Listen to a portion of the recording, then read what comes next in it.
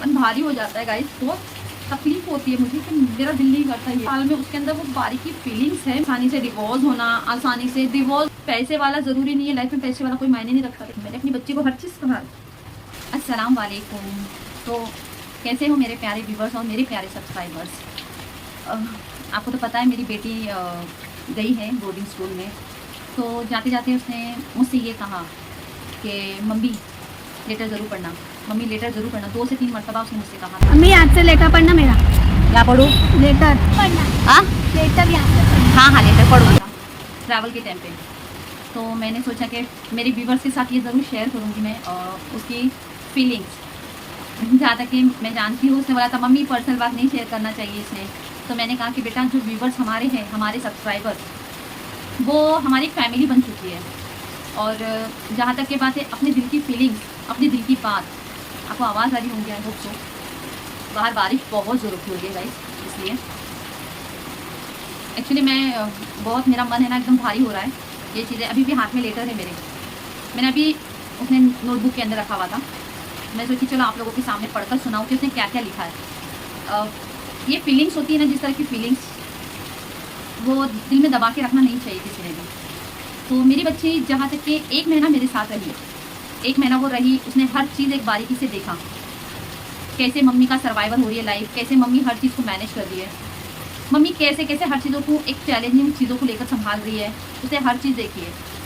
और एक बेटी ही सबसे ज़्यादा अपनी माँ को समझ सकती है, सबसे ज़्यादा माँ को ही समझ सकती है। उसने हर चीज़ मेरे साथ यहाँ पर रही। एक और लेटर था, अभी मिल रहा नहीं है शायद, उसने पता नहीं क्या किया, लेके गई है या उसने कहीं और रखी, मुझे मिल नहीं पा रहा था। तो एक चैलेंजिंग चीज़ें थी, उसने देखी है मम्मी को हर चीज़ करते हुए कि मम्मी कैसे मैनेज करती है, मम्मी को लाइफ की खुशियाँ कैसे नहीं मिली और हर चीज़ मम्मी उनके लिए जी रही है। तो चलो पहले मैं ये पढ़ लेती हूँ क्या क्या लिखा है उसने, क्योंकि मैं बहुत इमोशनल हो जाती हूँ जल्दी से मेरी बेटी के मामले में, क्योंकि मेरी बेटी है ना, मेरी ज़िंदगी है। सबसे पहले मेरी ज़िंदगी है वो। मैं ज़िंदगी की हर खुशी उसको देना चाहती हूँ, हर खुशी। कोई ऐसा अगर बोलता है ना, अरे लड़कियों को पढ़ाना नहीं है, लड़की ज़ात है, शादी करवा दो, तो मेरे जिस्म में एक ना आग लग जाती है, एक बहुत आग ऐसी लग जाती है कि मैं बिल्कुल बर्दाश्त नहीं करती उन चीज़ों को, जिनकी मेंटालिटी अगर ऐसी लगती है कि लड़की ज़ात 15, 16, 18 की हो गई, शादी कर दो। तो मेरी ज़िंदगी में ऐसा तकलीफ़ और दर्द शुरू हो जाता है कि मुझे लगता है कि क्या प्रॉब्लम है लोगों को, क्या तकलीफ़ है। लड़की ज़ात सिर्फ इसलिए नहीं पैदा होती है कि उनका निकाह कर दो और ख़त्म कर दो उसकी लाइफ। बहुत सारी लाइफ है ज़िंदगी जीने के लिए। तो अभी फ़िलहाल घर में कोई बच्चे नहीं है ना, इसलिए खासकर वो 2 नालायक मेरे घर के। तो मेरी बच्ची ने हर चीज़ देखी है कि मम्मी कैसे से, आपको पता है। चलो मैं पहले पढ़ लेती हूँ क्या क्या लिखा है, मैंने अभी तक नहीं पढ़ा है, ये मेरे व्यूवर्स के सामने पढ़ रहे हैं और साइड में इमेजेस भी लगा दूँगी, देख लेना कि हैंड राइटिंग भी कैसी है उसकी और कैसा लिखती है। तो चलो मैं पहले पढ़ लेती हूँ, ठीक है। बहुत टफ लगता है पढ़ने के लिए, पढ़ूँ कि नहीं पढ़ूँ, लेकिन मेरी बच्ची ने बोली है मम्मी पढ़ना याद से, ठीक है। तो मैं पढ़ लेती हूँ आपके सामने। मन भारी हो जाता है गाइस, बहुत तकलीफ होती है मुझे कि मेरा दिल नहीं करता ये कि मैं पढ़ूँ उसकी चीज़ें, उसे क्या क्या लिखी। और इतनी समझदार बन गई है वो, कब से पता नहीं चला मुझे भी। अभी उसकी उम्र है 12 साल की, लेकिन 12 साल में उसके अंदर वो बारीकी फीलिंग्स है मेरे लिए, एक माँ के लिए। कई लोगों को लगेगा कि मैं कैसी कठोर माँ हूँ ना, कई लोगों को लगेगा अरे इसमें पत्थर भरा पड़ा है, इसके अंदर दिल है ही नहीं बच्चे के लिए, कि बच्ची को इतनी उम्र में डालना। सिचुएशन बोलते हैं ना, आपको हर चीज़ सिखा देती है। अगर कठोर माँ हूँ मैं, पत्थर दिल माँ हूँ मैं, तो मैं कहती हूँ हाँ मैं हूँ, मैं कठोर माँ हूँ। कठोर माँ नहीं होती ना, तो शायद इन बच्चों की सर्वाइवल लाइफ को इतना तक मैं लेके नहीं आती थी। तो कठोर लाइफ बनना पड़ा मुझे। चलो पढ़ लेती मैं पहले, फिर इसके बारे में पूरी एक्सप्लेन करती हूँ आपको बातें। मैं जब भी लिखती हूँ तब मुझे समझता नहीं कि मैं क्या लिखूँ, और जब नहीं लिखती हूँ तब याद आता है क्या पता ऐसा क्यों है। मैं मेरे मम्मी को क्या बोलूँ, मुझे तो बोलने का भी तो डर लगता है, क्योंकि मुझे मेरी मम्मी को मुंह से बोलने को अच्छा नहीं लगता है। इसलिए मैं लिख रही हूँ। मम्मी, आपको हम इतना सताते हैं, इतना परेशान करते हैं, फिर भी आपको गुस्सा नहीं आता है। आप कुछ करते क्यों नहीं? और आप चलो मान लो कि आपको गुस्सा आता है, आप बोलते कि मैं तुम लोगों को तुम्हारे डैडी के पास भेज दूंगी, तो फिर भी आप नहीं भेजते।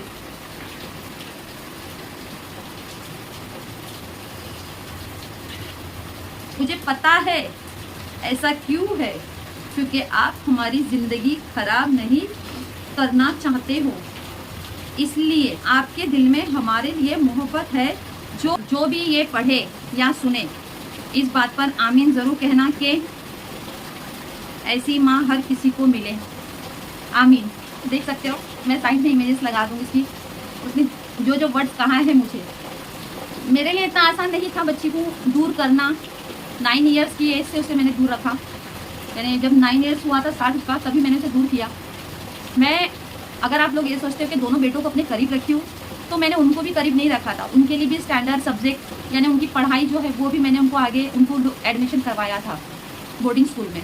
जिस तरह से बोलते हैं ना, घर के माहौल, फैमिली मैटर्स जब शुरू हो जाते हैं ना, तो इसका ज़्यादा जो इफ़ेक्ट है ना एक बच्चे पर पड़ता है।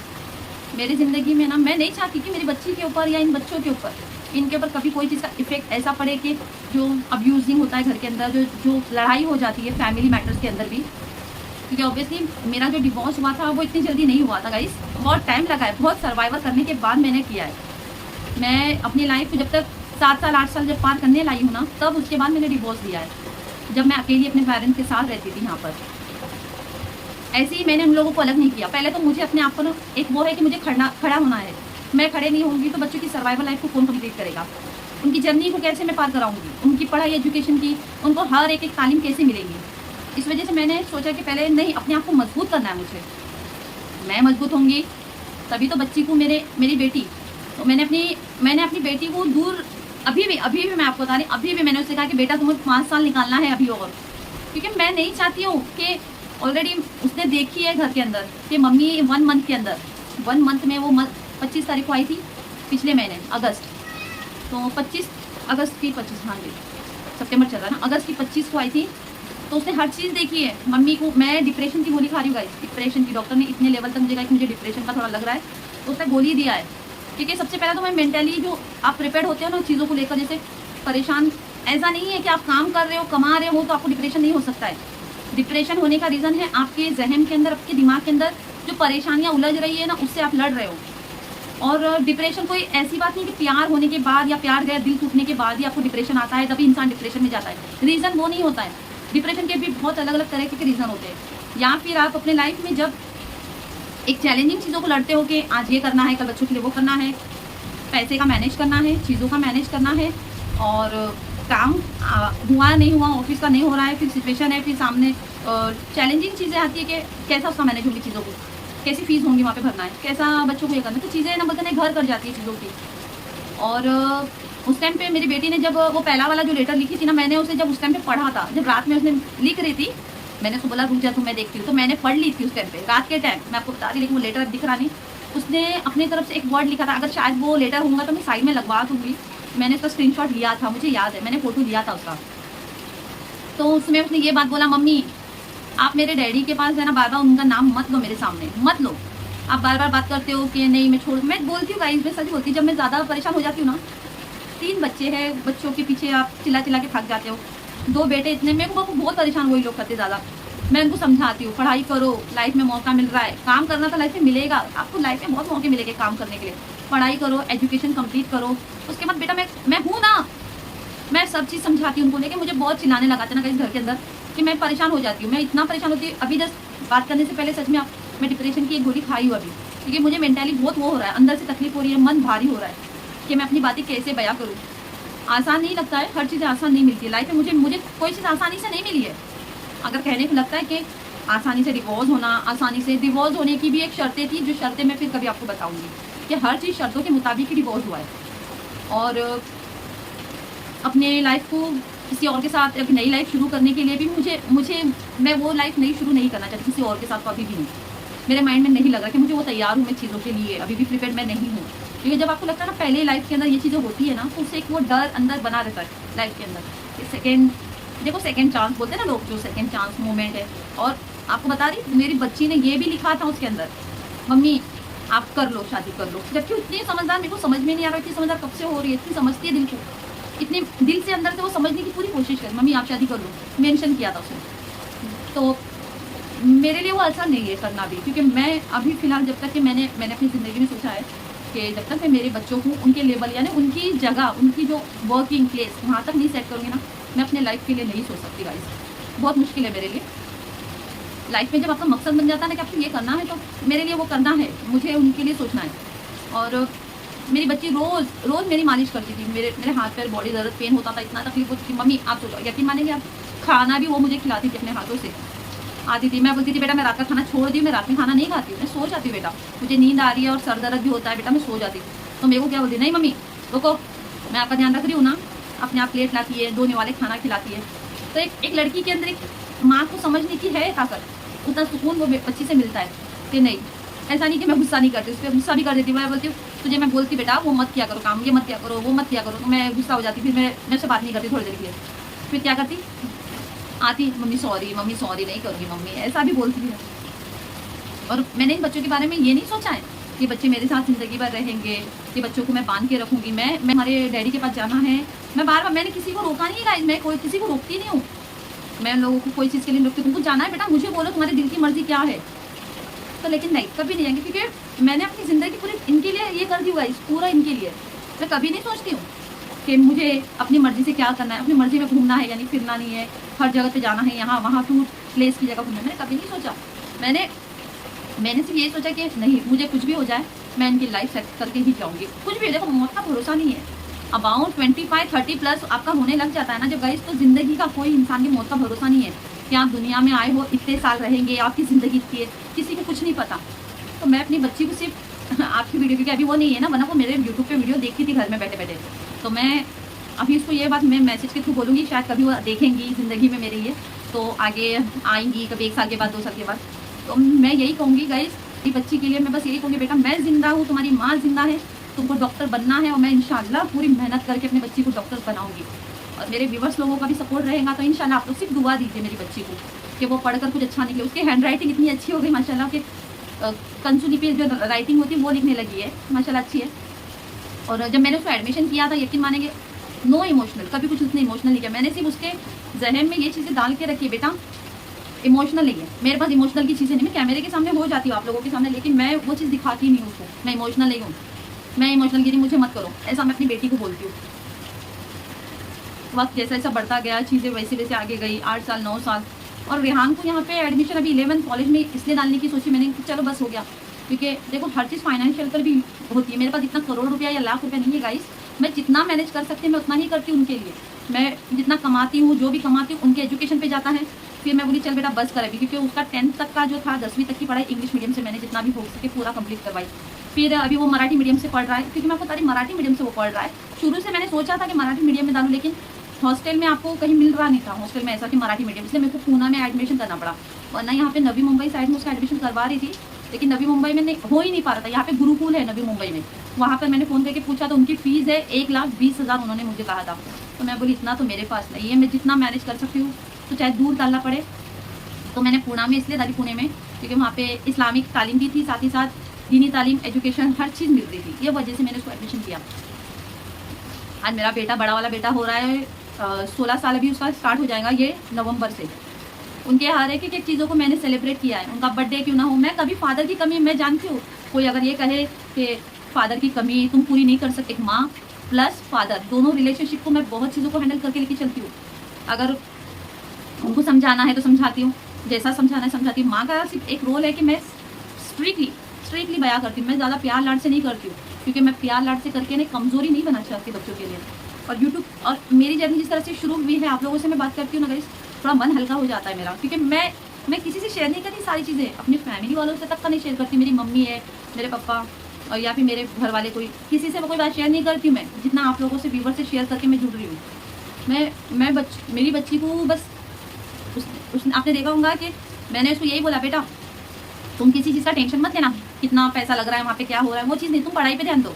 तुमको जब कि उसको कुछ ज़रूरत पड़ती है तो मैं कुरियर से ऑनलाइन मैं उसको भिजवा भी देती हूँ। और 1 साल में उसको 4 बार जाती हूँ मैं मिलने के लिए, 1 साल में 4 बार। इस बार भी जाती थी, लेकिन आपने देखा होगा मेरी तबीयत बहुत ज़्यादा ख़राब थी, इतनी बीमार हुई हूँ मैं, ये 2-3 महीने के अंदर मैं बहुत बीमार पड़ी हूँ। तो ये सब चीज़ों को एक सिंगल मदर की एक लाइफ को ना मैंने आसान से नहीं हुआ है गाइस, बहुत मुश्किल लगा है।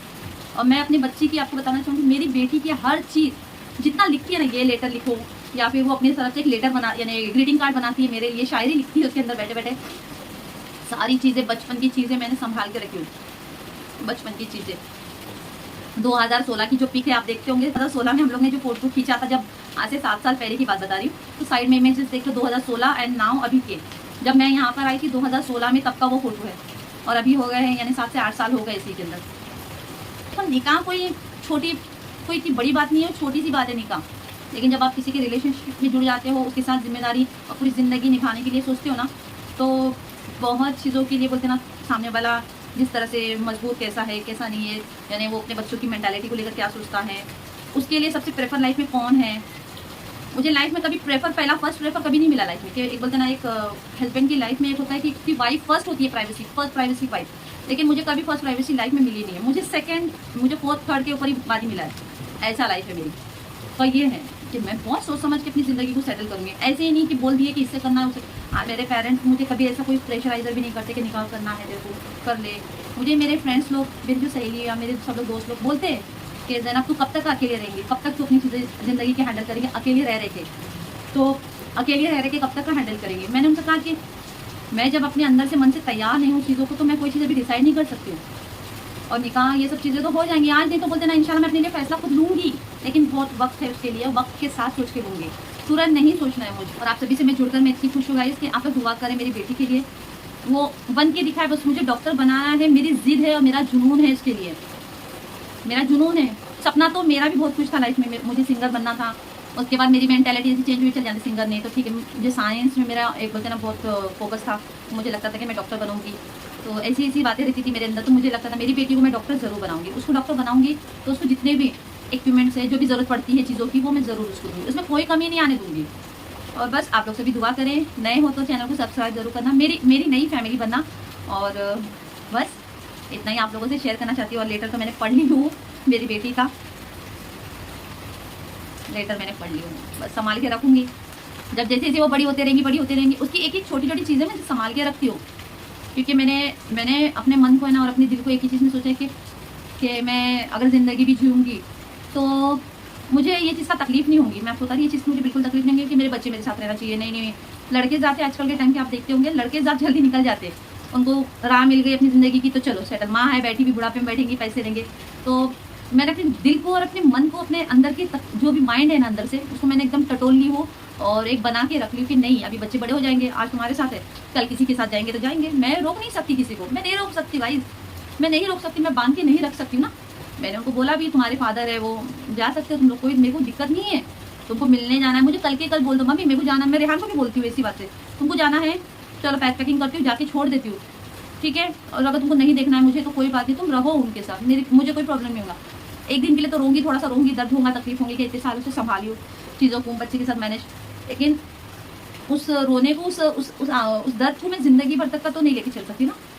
क्योंकि आपने देखा होगा कई लेडीज़ ऐसी होती है, ओल्ड एज हो जाती है लेकिन अपनी ज़िंदगी को जीना नहीं छोड़ती वो। तो उनसे भी थोड़ा सीख लूँगी मैं कि ज़िंदगी का जीना क्या है। और मैंने अपने बच्चों से ये भी बोला, ये बात आप कभी ज़िंदगी में मैं आपको बता रही हूँ, मैंने अपने बच्चों को बोला है कि बेटा अगर तुम मेरे साथ हो या नहीं हो, आगे तुम चले जाएंगे किधर भी तो कोई बात नहीं, मैं ऑर्फेन से एक बच्चा ज़रूर संभालूंगी, लेकर ऑर्फेन से लाऊंगी और उसको उसकी नई ज़िंदगी दूंगी। मैंने इतना बोला है मेरे बच्चों को कि मुझे वो नहीं, मैं संभालूंगी, जितनी मैं आधी रोटी खाती हूँ उसे मैं वो पाव रोटी खिलाऊंगी और मैं खुद भी खाऊंगी, मैं वैसी ज़िंदगी दूंगी। ऑर्फेन से कि आजकल के अनाथ आश्रम के बच्चे भी बहुत है जिनको ज़रूरत है एक पेरेंट्स की, तो मैं एक माँ सब कुछ बनकर उसको संभालने की पूरी कोशिश करूँगी। मैंने ये था मेरे बच्चों से कहा है।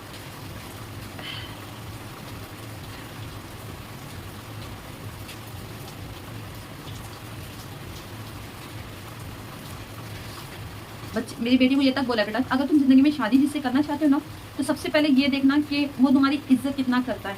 तुम्हें पहले इज्जत देना है, तुम्हारी खुद की रिस्पेक्ट। पैसे वाला ज़रूरी नहीं है, लाइफ में पैसे वाला कोई मायने नहीं रखता, लेकिन तुम्हारे को पहले इज्जत देना चाहिए।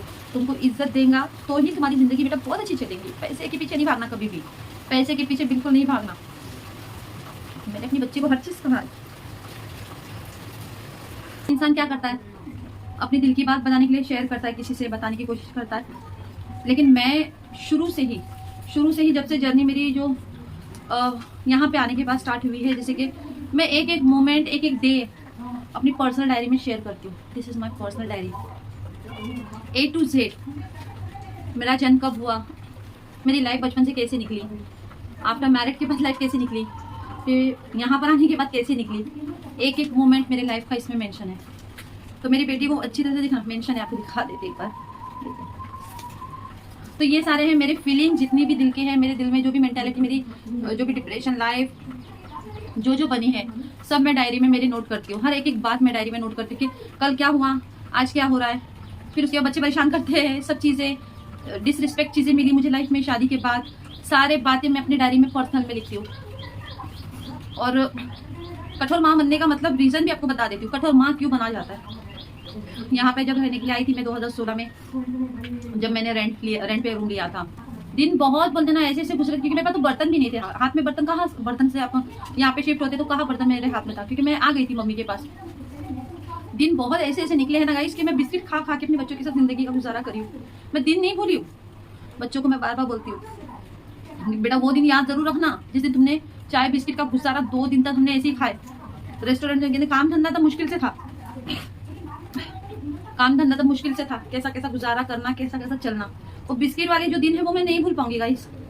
तभी मैंने सोच लिया कठोर माँ तो कठोर माँ, कैसी भी पत्थर दिल वाली माँ बन जाऊंगी चल जाएगा, लेकिन बच्चों को अभी आगे बढ़ाना है, बस यही मेरा एक मोटिव था लाइफ का। और ये डायरी ने मेरा साथ बहुत दिया, क्योंकि ये डायरी ने मुझे हर चीज जिंदगी से बोलते ना, मेरे अंदर का जो दर्द है ना, इस डायरी में मैंने हमेशा उतार दिया था। हमेशा मैं अपनी जो बातें रहती थी कि कल क्या हुआ, कल ये मोमेंट हुआ, कुछ लड़ाई हो जाती थी। ऑब्वियसली बात है, फैमिली, कोई भी माँ बाप अपनी बच्ची का घर नहीं तोड़ते, लेकिन कैसा होता है, सब चीजें होती थी, जब टेंशन आता है कि नहीं जाना पड़ेगा उधर, साथ में रहना पड़ेगा हस्बैंड की, सारी बातें जो छोटी छोटी चीजें थी सब मैं नोट डाउन करती थी अपनी अपनी बातें। तो यहाँ पे मेंशन है मेरा, don't read my emotional, my feelings, everything here. तो ये मुझे इस तरह से, और इसमें लिखा है पास्ट स्टोरी, एवरीथिंग मैं इस तरह से अपना बना के रखती हूँ। तो इसमें सब कुछ है मेरी लाइफ का। और अक्सर है ना, मैं अपने बच्चों को यही बोलती हूँ कि बेटा तुम्हारी माँ जिंदा है, जब तक अपनी जिंदगी को समझने की कोशिश करो कि मैं चाहती क्या हूँ, क्योंकि माँ मरने के बाद जिंदगी बहुत आसान नहीं होती है जितना बता रही हूँ आपको। आज मेरे माँ बाप है, मेरे माँ बाप मेरे साथ है, अल्लाह उनको और जिंदगी दे, उनको मेरी उम्र लग जाए। मैं क्यों कहती हूँ, क्योंकि माँ बाप जब तक आपके साथ जिंदा है ना, एक साया ऐसा कवच बन जाता है कि किसी की मजाल नहीं होती आपके ऊपर देखने की गलत नजरिए से, या फिर गलत थिंकिंग सोचने की भी। लेकिन मैंने अपने, और एक माँ बोलते ना अपने बच्चों के लिए लड़ जाती है।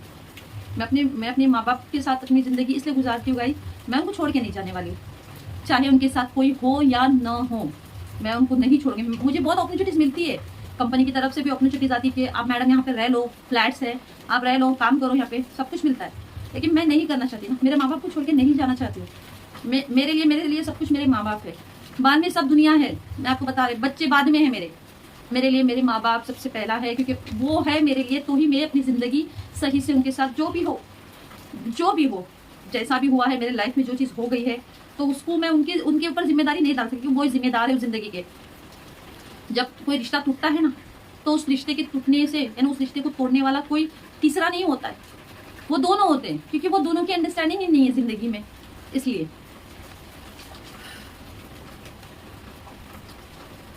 और निकाह ये सब चीज़ें तो हो जाएंगी, आज नहीं तो बोलते ना इंशाल्लाह मैं अपने लिए फैसला खुद लूंगी, लेकिन बहुत वक्त है उसके लिए, वक्त के साथ सोच के लूंगी, तुरंत नहीं सोचना है मुझे।